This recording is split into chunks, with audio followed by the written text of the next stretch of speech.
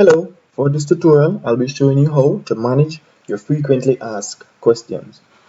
So from your dashboard you'll navigate to customer service, then FAQs. You're going to go ahead and add a new question. Alright, so the question we'll be adding today is what is your opening hours? And the answer would be we're open from 10 a.m. to 3:30 p.m.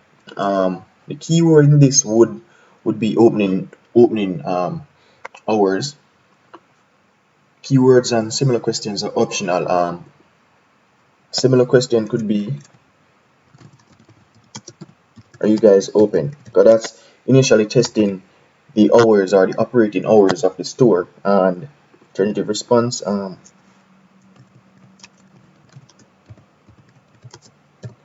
let them know you're open now. And then you go ahead and click add.